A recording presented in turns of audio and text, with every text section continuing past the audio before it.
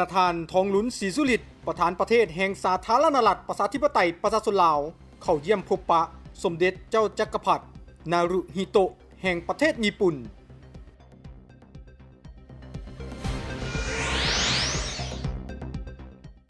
กรรมบาลนครหลวงเวียงจันทน์ร่วมกับหลายภาคส่วนจัดกิจกรรมปลูกต้นจำปาอยู่สวนประตูไซภายใต้หัวข้อเพื่อสร้างตัวเมืองนครหลวงเวียงจันทน์ให้สวยงามเนื่องในโอกาสวันปลูกต้นไม้แห่งชาติ1 มิถุนายนพร้อมกับข่าวนิวนิกจำนวนหนึ่งทั้งหมดนี้ติดตามได้ทีมข่าวโทรภาพแห่งชาติลาวรายงาน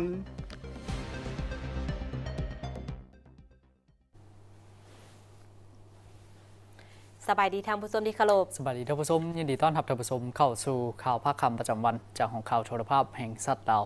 ข่าวภาคคำประจำปันสุก30 พฤษภาคม 2025นำเสนอข่าวภาคนี้ดองพิเศษวิทยาพรพร้อมด้วยข้าพเจ้าเจนนี่ซีวิไลและลำภาษามือทั้งสองเสียงย่างเจย่างและติ้งดิงจันทวงศ์ไซทวิตนี้ไปติดตามที่ปริญญาเอกลีเบอร์ลีบัวเป้ากรรมการส่วนกลางพรรคประธานกรรมาธิการแผนการเงินและการตรวจสอบสภาแห่งชาติลงเยี่ยมยามและเหตุเวียกอยู่ที่แขวงเซกองท่านเล็กไร้ศรีวิไลกรรมการศูนย์กลางพรรคเลขาพรรคแขวงเจ้าแขวงเซกองพร้อมคณะต้อนรับทานปริญญาเอกลีเบอร์ลีบัวเป้ากรรมการศูนย์กลางพรรคประธานกรรมาธิการแผนการเงินและการตรวจสอบสภาแห่งชาติพร้อมคณะเนื่องในโอกาสลงเคลื่อนไหวเวียกงานอยู่แขวงเซกองในระหว่างวันที่26วันที่28พฤษภาคม2025นี้ท่านเล็กไร้ศรีวิไลเจ้าแขวงเซกองได้กล่าวต้อนรับและตีราคาสูงต่อทานประธานกรรมาธิการแผนการเงินและการตรวจสอบพร้อมด้วยคณะที่ได้ลงมาเยี่ยมยามและเฮ็ดเวียกอยู่แขวงเซกองในครั้งนี้พร้อมทั้งยกให้เห็นสภาพการจัดตั้งปฏิบัติเวียกงานตัวจริงในระยะผ่านมาก็คือปัจจุบันบรรดาผลงานอันพ้นเด่นข้อสะดวกและข้อยุ่งยากโดยเฉพาะการจัดตั้งปฏิบัติแผนพัฒนาเศรษฐกิจสังคมแผนงบประมาณแห่งรัฐการปฏิบัติ2วาระแห่งชาติและเวียกงานปิ่นอ้อมโอกาสเดียวกันนี้ทานปริญญาเอกลีเบอร์ลีบัวเป้าได้แสดงความขอบใจต่อการต้อนรับอย่างอบอุ่นของทานเจ้าแขวงเซกองพร้อมทางแจ้งจุดประสงค์ของการเคลื่อนไหวเวียกงานอยู่บรรดาแขวงภาคใต้โดยเฉพาะแขวงเซกองแม้นจะได้ติดตามกวดกาเก็บกำสภาพการจัดตั้งปฏิบัติแผนพัฒนาเศรษฐกิจสังคมแห่งชาติแผนงบประมาณแห่งรัฐแผนเงินตรา5 ปีครั้งที่9การจัดตั้งปฏิบัติแผนการลงทุนของรัฐปี2025การจัดเก็บรายรับเกี่ยวกับการส่งออกแห่ธาตุการจัดตั้งปฏิบัติการแก้ไขผลการกวดกาตามผลการกวดสอบติดพันกับการจัดตั้งปฏิบัติมติรับรองของกองประชุมสภาแห่งชาติว่าด้วยการรับรองเอาวาระแห่งชาติเกี่ยวกับการแก้ไขความยุ่งยากทางด้านเศรษฐกิจการเงินโดยจะได้เฮ็ดเวียกร่วมกับสภาประชาชนแขวงบรรดาแผนกการบรรดาบริษัทและลงติดตามสภาพการตัวจริงอยู่ภาคสนามเพื่อเก็บกำข้อมูลที่เป็นพื้นฐานรายงานให้แก่กองประชุมคณะประจำสภาแห่งชาติได้มีพิธีมอบไปยั่งยืนหน่วยผักปลอดใส่เข้มแข็งนักแน่นประจำปี2024ให้6หน่วยผักที่ขึ้นกับคณะผักภาคฐานห้องว่าการแขวงจำปาสัก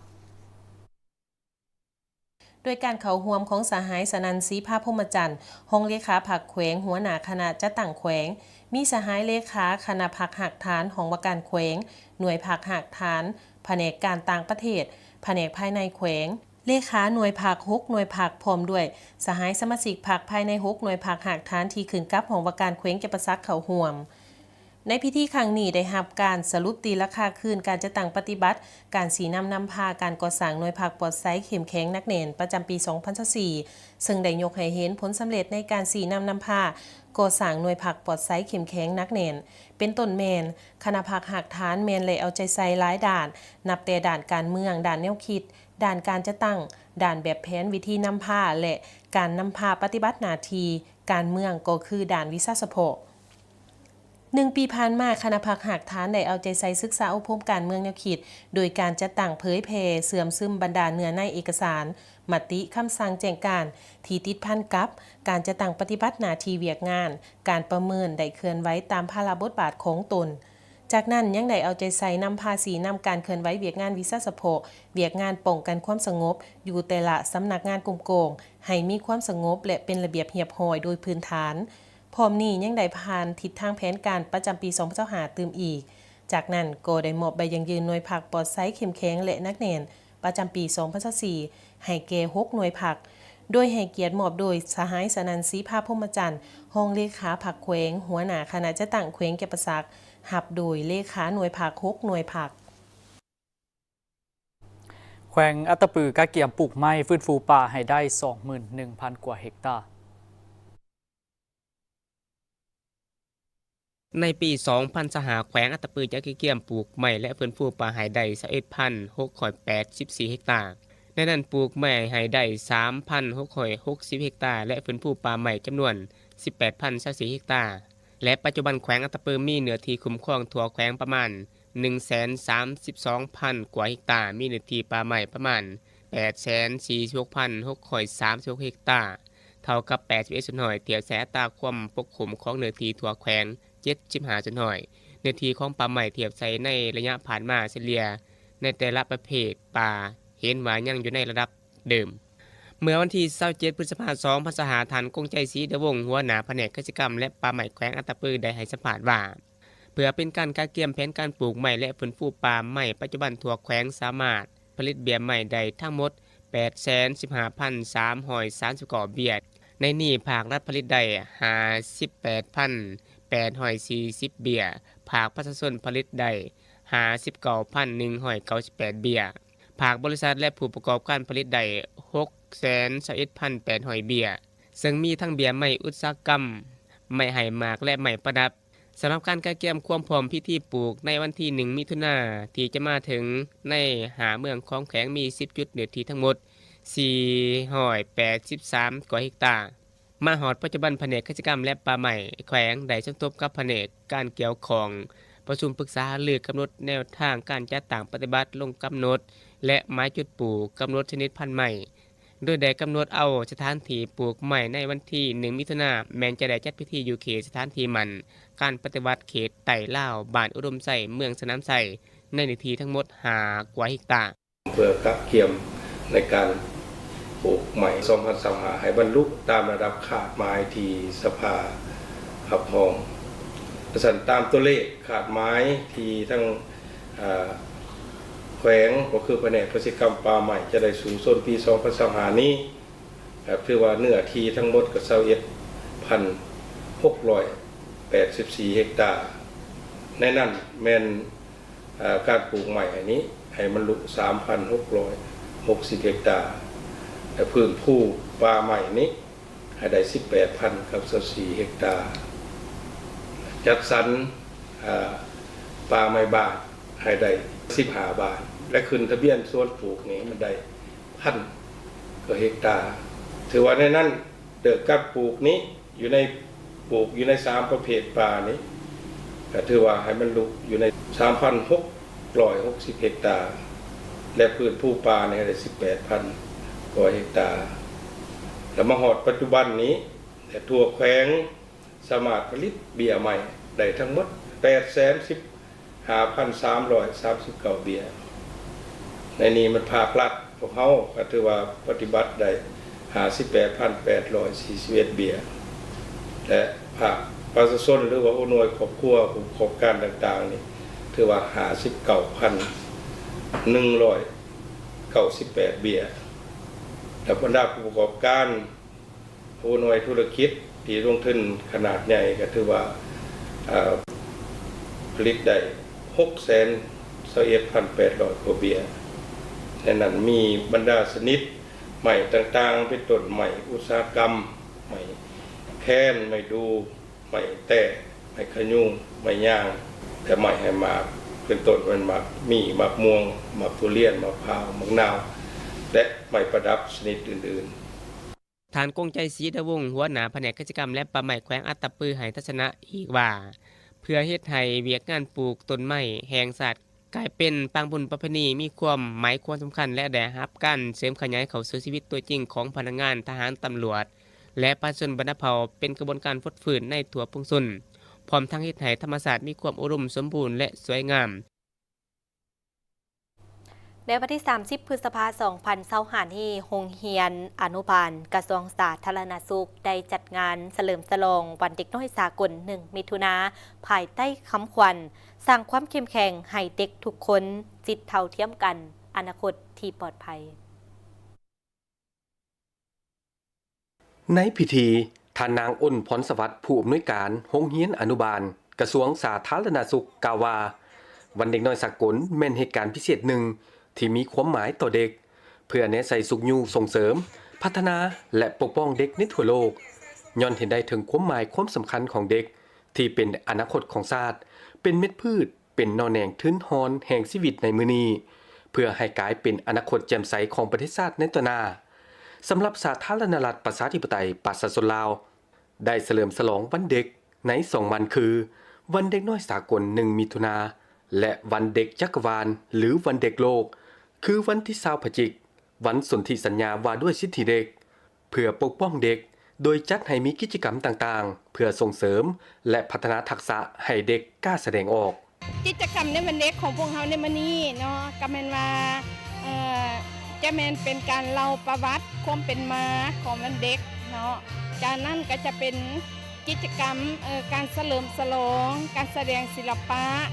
ให้เด็กได้แสดงออกแล้วก็จะมีมุมการเรียนรู้ต่างๆเนาะเกี่ยวกับเด็กเนาะมุมที่ว่ากิจกรรมประจำวันเนาะกิจวัตรประจำวันที่กระเจ้าได้เคลื่อนไหวอยู่ในห้องเนาะเพราะว่าพวกเราจัดในมื้อนี้ก็เพื่อให้เด็กได้เข้าเฮ็ดกิจกรรมร่วมกันกับหมู่หลายๆคนเนาะเจ้าท่านนางดาวรสุริวัลย์ให้ฮู้ตื่มอีกว่าการเฉลิมฉลองวันเด็กน้อยสากลถือเป็นการโฆษณาเผยแพร่เกี่ยวกับนโยบายของพรรครัฐบรรดานิติกรรมภายในก็คือสนธิสัญญาสากลและพรรคพื้นต่างๆที่พัวพันถึงเด็กผ่านกิจกรรมต่างๆทั้งเป็นการสร้างขบวนการหลายรูปหลายแบบแนะใส่ปลูกจิตสำนึกให้ทั่วสังคมได้รับรู้ถึงสิทธิของเด็กและความรับผิดชอบของแต่ละภาคส่วนหาประกันให้เด็กมีชีวิตการเป็นอยู่ที่ดีได้รับการพัฒนาได้รับการปกป้องเฮ็ดให้ไว้เด็กเต็มไปด้วยความผาสุกอบอุ่นและได้รับความเบิ่งแยงเป็นอย่างดีร่วมกับหมู่ครูหลายคนเนาะเจ้าในนามที่ว่าข้าพเจ้าเนาะเป็นห้องผู้อำนวยการโรงเรียนนี้เนาะก็จะฝากถึงผู้ปกครองเนาะให้มีส่วนร่วมกับครูของพวกเฮาเนาะนอกจากเด็กจะได้เคลื่อนไหวอยู่ในโรงเรียนแล้วเนาะกลับเมื่อบ้านก็ให้ผู้ปกครองสืบต่อในการอบรมสั่งสอนเนาะให้ความรู้ให้สิทธิกับเขาให้หลายๆขึ้นเนาะการเฉลิมฉลองวันเด็กน้อยสากลถือเป็นเวทีส่งเสริมความรู้ความสามารถให้เด็กแสดงออกในสิ่งที่ถูกต้องให้เป็นคนดีของสังคมเป็นลูกที่ดีของพ่อแม่และพร้อมเดียวกันก็เป็นการสะท้อนให้บรรดาผู้ปกครองเพิ่มทวีความเอาใจใส่ในการดูแลและปกป้องเด็กให้เด็กมีส่วนร่วมได้รับการย่องยอสรรเสริญและได้รับการสุขยู่ส่งเสริมการพัฒนาอย่างรอบด้านเพื่ออนาคตที่แจ่มใสเข้าร่วมพิธีเฉลิมฉลองวันเด็กน้อยสากล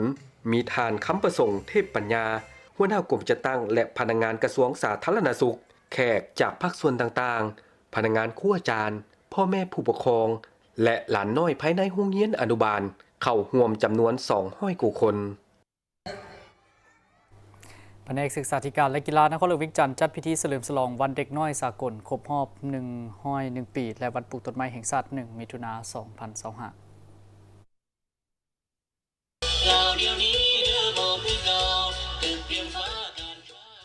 พิธีดังกล่าวได้จัดขึ้นในวันที่30พฤษภาคม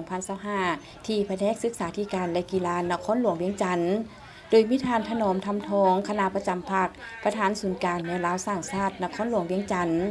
ท่านสมพรสอนดาราหัวหน้าแผนกศึกษาธิการและกีฬานครหลวงเวียงจันทร์บรรดาองค์การจัดตั้งที่เกี่ยวข้อง9ตัวเมืองนครหลวงเวียงจันทร์พร้อมด้วยผู้ให้การสนับสนุนผู้ปกครองน้องนักเรียน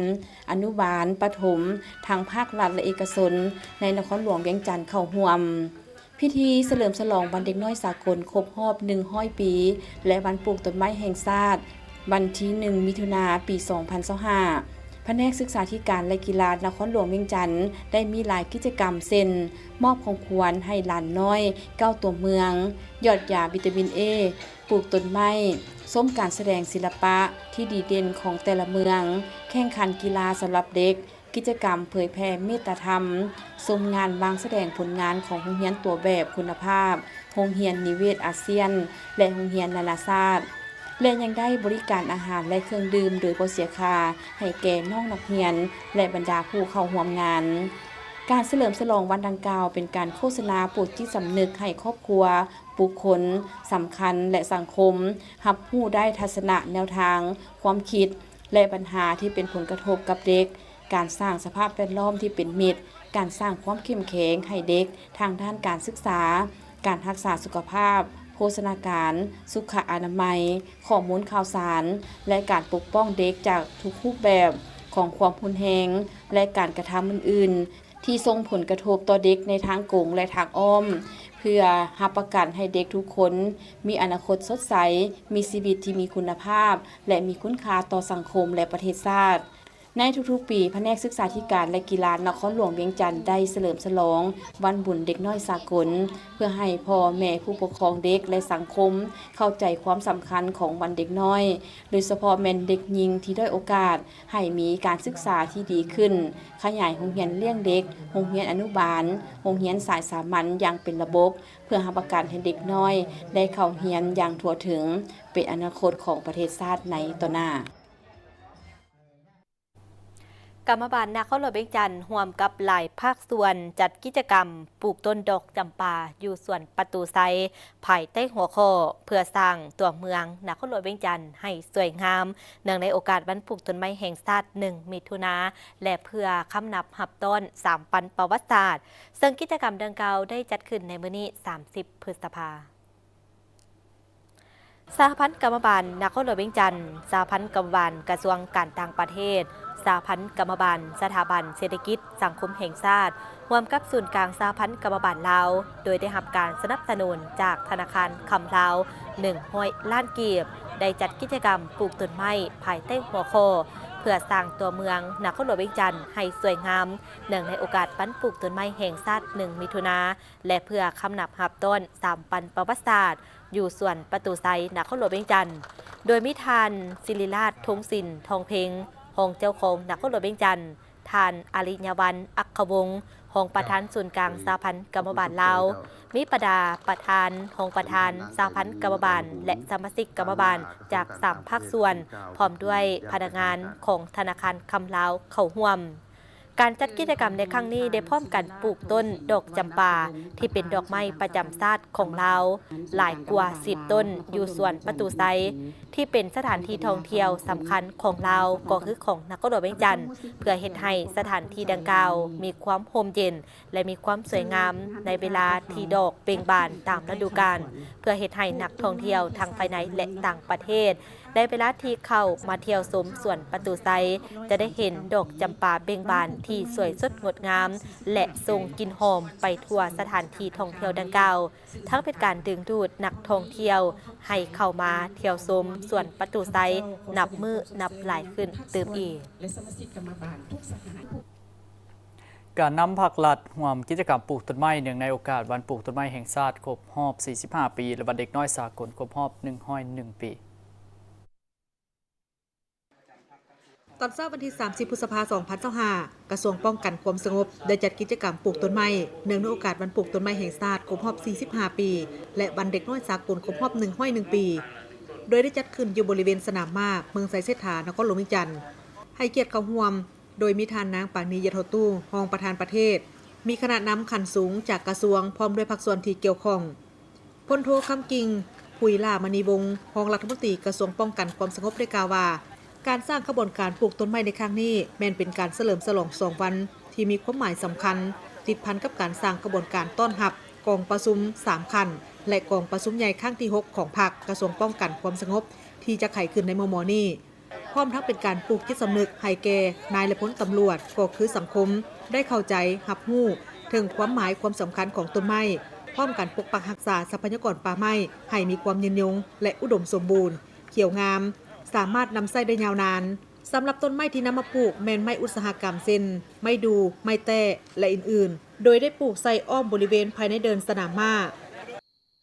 และในวันเดียวกันอยู่ที่ห้องว่าการศูนย์กลางพรรคได้จัดกิจกรรมปลูกต้นไม้เช่นเดียวกันซึ่งนำโดยท่านวันไซแพงสุมารองหัวหน้าของว่าการศูนย์กลางพรรคบ้านเด็กน้อย SOS ลาวได้จัดกิจกรรมเฉลิมฉลองวันเด็กน้อยสากลวันปลูกต้นไม้แห่งชาติและมอบหับเงินระดมทุน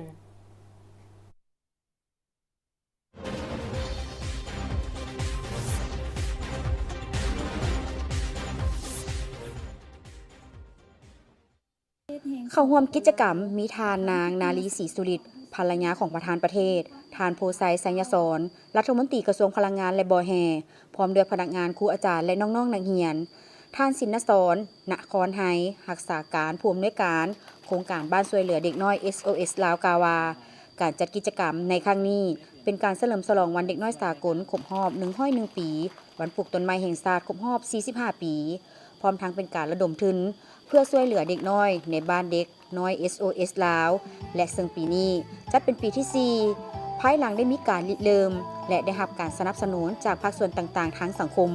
ในการเบิ่งแยงเลี้ยงดูเด็กน้อย SOS ลาวในปี 2024 ทางโครงการได้จัดการระดมทุนในรูปแบบจัดกองบุญเพื่ออุทิศถึงดวงวิญญาณของทานเฮลมุตกูตินอดีตประธานกิตติมศักดิ์ขององค์การบ้านช่วยเหลือเด็กน้อย SOS สากลและในปี 2025 โครงการได้จัดเป็นกิจกรรมภายในหมู่บ้านเด็กน้อยเพื่อเปิดโอกาสให้แก่แขกผู้ที่เข้าร่วมโดยเฉพาะแขกที่มาจากภาคส่วนเอกชนได้สนับสนุนช่วยเหลือกิจกรรมของบ้านช่วยเหลือเด็กน้อย SOS หลายขึ้นซึ่งว่าก็เป็นกิจกรรมที่พวกเขาดำเนินทุกๆปีแล้วเพื่อเด็กน้อยเพื่อให้เด็กน้อยได้มีโอกาสได้แสดงความสามารถหรือว่าแลกเปลี่ยนบทเรียนประสบการณ์ต่างๆของเด็กน้อยที่ว่าอยู่ในบ้านช่วยเหลือเด็กน้อย SOS เฮาเนาะและจุดประสงค์อันสำคัญอันที่2ก็แม่นเพื่อระดมทุนหาการประกอบส่วนจากสังคมมาแล้วเนาะเพื่อเข้ามาช่วยในการพัฒนาเวียกงานเลี้ยงดูของบ้านช่วยเหลือเด็กน้อย SOS ของพวกเขาพวกเขาจะมีกิจกรรมเป็นแต่ละระยะโดยเฉพาะจะเล็งใส่ในวันสำคัญต่างๆของชาติและก็วันสำคัญของโครงการเนาะซึ่งว่าในปัจจุบันก็คือเรามีความยุ่งยากในทางด้านการเงินโดยเฉพาะผู้ให้ทุนสากลเองก็เจ้าก็มีการลดพรการช่วยเหลือฉะนั้นจึงจำเป็นว่าการระดมทุนภายในมีความสำคัญโดยเฉพาะเบื้องสังคมรัฐบาลต้องได้เข้ามามีส่วนร่วมในเวียกงานตัวนี้จ้ะภายในงานผู้เข้าร่วมได้รับชมบทฟ้อนและห้องเพลง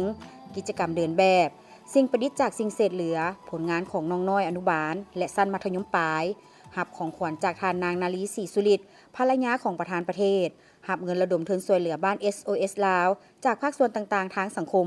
และร่วมกันปลูกต้นไม้การเฉลิมฉลองวันดังกล่าวยังเป็นการโฆษณาปลุกจิตสำนึกให้ครอบครัวบุคคลสำคัญและสังคมรับรู้ได้ถึงทัศนะแนวคิดและปัญหาที่เป็นผลกระทบต่อเด็กน้อยการสร้างสภาพแวดล้อมที่เป็นมิตรและการสร้างความเข้มแข็งให้เด็กน้อยทางด้านการศึกษาการรักษาสุขภาพโภชนาการสุขอนามัยข้อมูลข่าวสารและการปกป้องเด็กจากทุกรูปแบบของความรุนแรงและการกระทำอื่นๆที่ส่งผลกระทบต่อเด็กน้อยทางกงและทางอ้อมเพื่อรับประกันให้เด็กน้อยทุกคนมีอนาคตสดใสมีชีวิตที่มีคุณภาพและมีคุณค่าต่อสังคมและประเทศชาติบริษัท FMB พัฒนาเทคนิคและการค้าจำกัดโซลูมและศูนย์ซ่อมแปลงรถที่ทันสมัยที่ได้รับความไว้วางใจจากลูกค้าตลอดมาในการบริการโดยทีมงานคุณภาพพร้อมมอบข้อเสนอที่ดีที่สุดให้กับลูกค้าและพวกเขายังมีทีมงานสร้างที่มีประสบการณ์สูงสามารถวิเคราะห์ปัญหาแก้ไขปัญหาให้ถูกจุดและว่องไวสถานที่ตั้งอยู่บ้านดุงเมืองเซเสถานครหลวงเวียงจันทน์ติดกับไฟแดงนาควายเส้นทาง450 ปีสามารถติดต่อเบอร์โทรและ WhatsApp 021-218-585 และ 020-554-67308 Facebook FMB Development Technical and Commercial Company Limited Email fmbcarshowroom99@gmail.com นึกถึงโซลูมและศูนย์ซ่อมแปลงรถให้นึกถึงบริษัท FMB พัฒนาเทคนิคและการค้าจำกัดท่านผู้ชมจากนี้พวกเราจะพักก่อนหลังจากรบทุงชาติกลับมาติดตามรับชมข่าวเติมอีก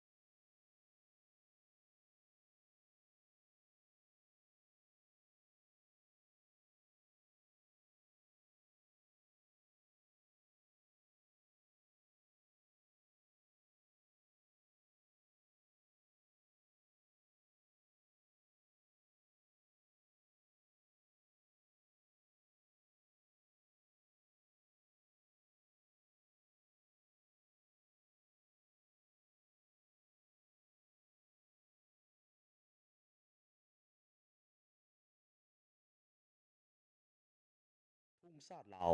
เป็นสัญลักษณ์แห่งสาธารณรัฐประชาธิปไตยประชาชนลาวสันติภาพเอกราชประชาธิปไตยเอกภาพวัฒนถาวร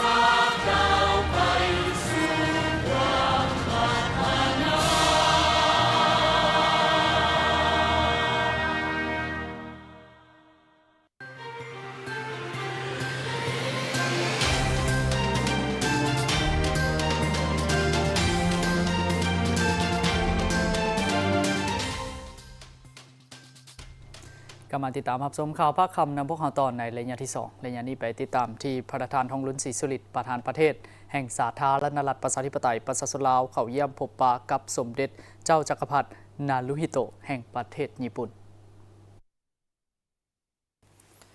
ในวันที่30 พฤษภาคม 2025ประธานทองลุ้นศรีสุริตประธานประเทศแห่งสปป.ลาวได้เข้าเยี่ยมพบปะกับสมเด็จเจ้าจักรพรรดินารุฮิโตะแห่งประเทศญี่ปุ่นท่ามกลางบรรยากาศที่2ประเทศลาวและญี่ปุ่นร่วมเฉลิมฉลองการสร้างตั้งสายพันธ์การทูตครบรอบ70 ปี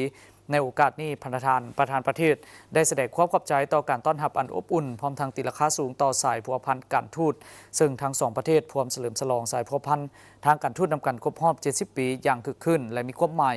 ประชาชนลาวทุกทั่วหน้ามีความปิติยินดีเป็นอย่างสูงที่สมเด็จเจ้าหญิงไอโกะจะเสด็จเยี่ยมยามสปป.ลาวเป็นประเทศทำอิฐสำหรับการเยี่ยมยามต่างประเทศของพระองค์ในเดือนพฤศจิกายน 2025 ที่จะมาถึงนี้ข้าพเจ้าเชื่อมั่นว่าเจ้าหญิงไอโกะจะมีความประทับใจที่ได้มาเยี่ยมยามสปป.ลาวดังที่เจ้าหญิงก็คือ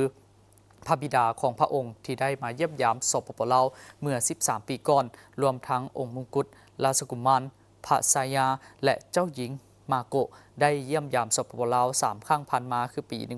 1999 ปี 2001 และ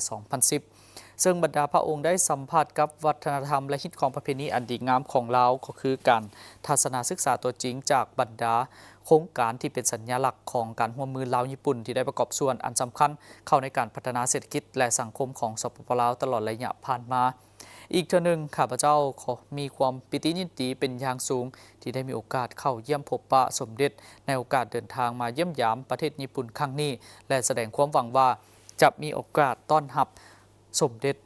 เจ้าจักรพรรดิและพระราชินีเยี่ยมยามสปป.ลาวของพวกข้าพเจ้าในเวลาที่สมเด็จที่มีความสะดวกข้าพเจ้าขออวยพรไซอันประเสริฐมายังสมเด็จและพระราชินีพร้อมด้วยพระบรมวงศานุวงศ์ทุกพระองค์จงมีความผาสุกมีพลานามัยสมบูรณ์ประชาชนและประเทศญี่ปุ่นมีความเจริญรุ่งเรืองยิ่งขึ้นไป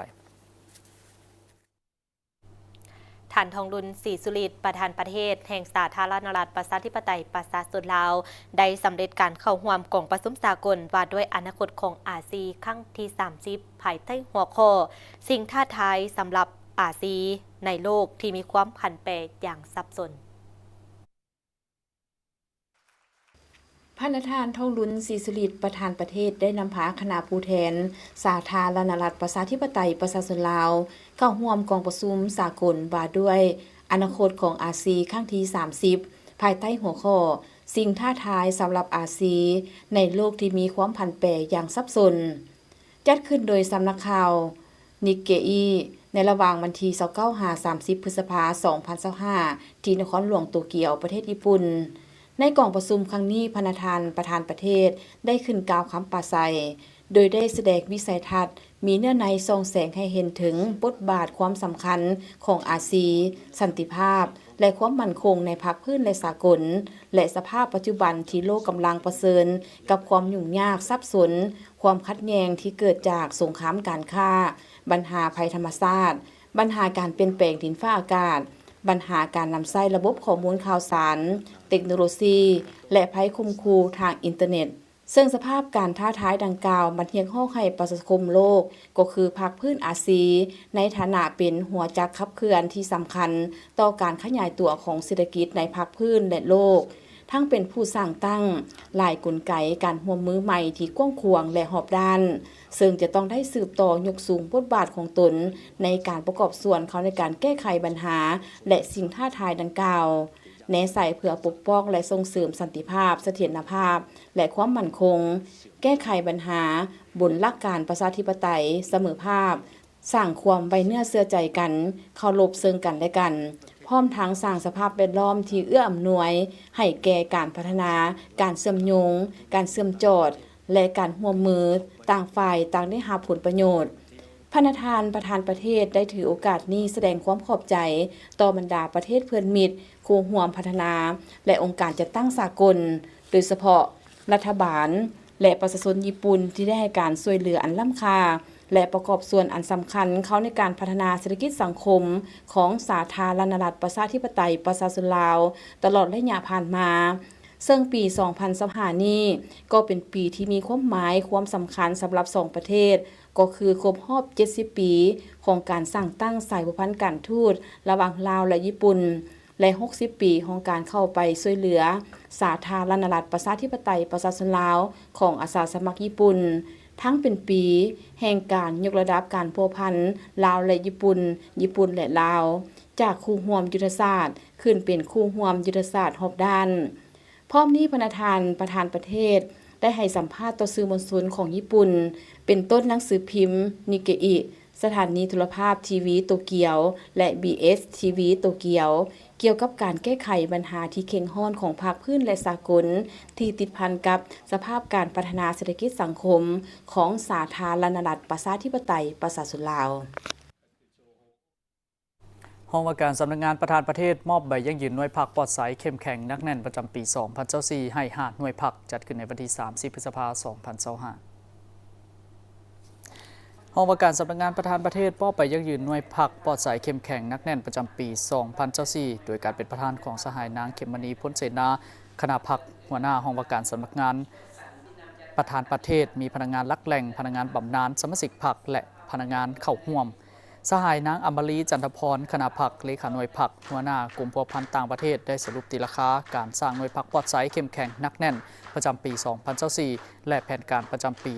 2025 โดยได้รายงานว่าสำหรับ5หน่วยพรรคที่ยั่งยืนเป็นหน่วยพรรคปลอดสายเข้มแข็งนักแน่นประจำปี 2024 ประกอบมีหน่วยพรรคกรมบริหารและการเงินหน่วยพรรคกรมคนครัวสังรวมหน่วยพรรคกรมพัวพันต่างประเทศหน่วยพรรคกรมกฎหมายและหน่วยพรรคกรมจัดตั้งและกฎกาซึ่งแต่ละหน่วยพรรคมีพลบทบาทในการนำพาซี่นำจัดตั้งปฏิบัติหน้าที่การเมืองของบรรดากรมและองค์การจัดตั้งมหาชนที่ขึ้นกับความรับผิดชอบของตนซึ่งเป็นเสนาธิการให้คณะพรรคคณะนำห้องว่าการสำนักงานประธานประเทศตามพลบทบาทสิทธิและหน้าที่ที่ได้รับมอบหมายหน่วยพรรคได้เอาใจใส่นำพาทางด้านการเมืองโดยสุขยุปลุกระดมสมาชิกพรรคพนักงานราชการเข้าร่วมรับฟังการเผยแพร่เสื่อมซึมเอกสารแนวทางนโยบายของพรรคกฎระเบียบพรรคกฎหมายของรัฐมติคำสั่งคำแนะนำหมุนเสื้อวันสำคัญต่างๆของชาติและของสากลใน5หน่วยพรรคประกอบมีสมาชิกพรรคทั้งหมด83สหายหญิง35สหายนอกนี้ได้มีพิธีการประดับเหรียญการระลึก70 ปีวันสร้างตั้งพรรคประชาชนปฏิวัติลาวให้ผู้ที่มีผลงานคุณงามความดีในภารกิจปกปักรักษาและสร้างสรรค์พัฒนาประเทศชาติในระยะที่ผ่านมาโดยให้พนักงานประจำการจำนวน10สหายและให้พนักงานบำนาญ9สหายและประดับเหรียญการระลึก70 ปีวันสร้างตั้งคณะจัดตั้งศูนย์กลางพรรคให้จำนวน20สหายหญิง7สหายในตอนท้ายสหายอินทปัญญาเขียววงศ์ประจันทร์รองเลขาคณะพรรคห้องหัวหน้าห้องว่าการศูนย์กลางพรรคได้เผยแพร่คำแนะนำเกี่ยวกับการก่อสร้างหน่วยพรรคปลอดสายเข้มแข็งนักแน่นจากนั้นสหายนางเขมมณีพ้นเสนาก็ได้ให้เกียรติโอลมเพื่อเป็นกิจการให้ทิศซี่ทิศเอียงทางในการจัดตั้งปฏิบัติการสร้างหน่วยพรรคปลอดสายเข้มแข็งนักแน่นประจำปี 2025 ให้บรรลุตามแผนการที่กำหนดไว้ ลาวจีนเพิ่มทวีการร่วมมือในการพัฒนาและส่งเสริมการท่องเที่ยวแนใส่เพื่อดึงดูดนักท่องเที่ยวโดยเฉพาะก็เป็นนักท่องเที่ยวจีนที่มาเที่ยวลาวให้นับมือนับเพิ่มขึ้นพิธีเซ็นบทบันทึกหรือพิธีลงนามขอบการจัดตั้งปฏิบัติเปียกงานของผู้ต่างหน้าการท่องเที่ยวสาธารณรัฐประชาธิปไตยประชาชนลาวประจำสาธารณรัฐประชาชนจีน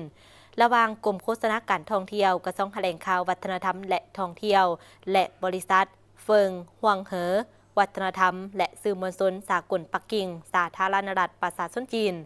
พิธีดังกล่าวได้จัดขึ้นในวันที่29 พฤษภาคม 2025 ที่นครหลวงเวียงจันทร์การลงนามในครั้งนี้ต่างหน้าฝ่ายลาวโดยท่านผู้ทนดาละลมห้องหัวหน้ากรมโฆษณาการท่องเที่ยวกระทรวงแถลงข่าววัฒนธรรมและท่องเที่ยวและฝ่ายจีนโดยท่านนางจางเชียวเหยียนประธานบริษัทเฟิงฮวงเหอวัฒนธรรมและสื่อมวลชนสากลปักกิ่งสาธารณรัฐประชาชนจีนให้เกียรติเข้าร่วมเป็นสักขีพยานโดยท่านนางดารานีพรหมวงศารองรัฐมนตรีกระทรวงแถลงข่าววัฒนธรรมและท่องเที่ยวมีผู้ต่างหน้าจากภาคส่วนที่เกี่ยวข้องเข้าร่วมการลงนามขอบการจัดตั้งปฏิบัติเปียกงานของผู้ต่างหน้าการท่องเที่ยวสาธารณรัฐประชาธิปไตยประชาชนลาวประจำจีนในครั้งนี้แม้นได้กำหนดขอบเขตการปฏิบัติงานงบประมาณข้อห้ามการยกเลิกและอื่นๆโดยมีเป้าหมายในการปฏิบัติหน้าที่โฆษณาและส่งเสริมการท่องเที่ยวลาวของผู้ต่างหน้าการท่องเที่ยวลาวอยู่จีนอย่างกว้างขวางและได้รับผลดีบนพื้นฐานการสร้างแผนการเคลื่อนไหวและกิจกรรมโฆษณาการท่องเที่ยวลาวที่เหมาะสมภายใต้การประสานสมทบของกระทรวงแถลงข่าววัฒนธรรมและท่องเที่ยวและสถานทูตลาวประจำจีนเพื่อพัฒนาและส่งเสริมการท่องเที่ยวลาวนำเสนอทายแหงผลิตภัณฑ์การท่องเที่ยวการบริการเพื่อดึงดูดนักท่องเที่ยวจีนมาเที่ยวลาวนับมื้อนับเพิ่มขึ้นสำหรับนักท่องเที่ยวจีนได้กลายเป็นตลาดท่องเที่ยวขนาดใหญ่ของลาวและปี 2024 นักท่องเที่ยวจีนมาเที่ยวลาว1 ล้านกว่าเทื่อคนพร้อมนี้ยังได้แต่งตั้งผู้ต่างหน้าการท่องเที่ยวสปป.ลาวอยู่สป.จีนเพื่อเฮ็ดให้การพัวพันหัวมือนับมือใกล้ชิดติดแท้และกว้างขวางเอื้ออำนวยในการส่งเสริมการท่องเที่ยวได้รับการปรับปรุงดีขึ้นเป็นต้นนโยบายวีซ่านโยบายส่งเสริมการลงทุนในแขนงการท่องเที่ยวอยู่ลาวการเปิดเที่ยวบินโดยกงจากตัวเมืองใหญ่ของจีนมาลาวการเปิดการนำไส้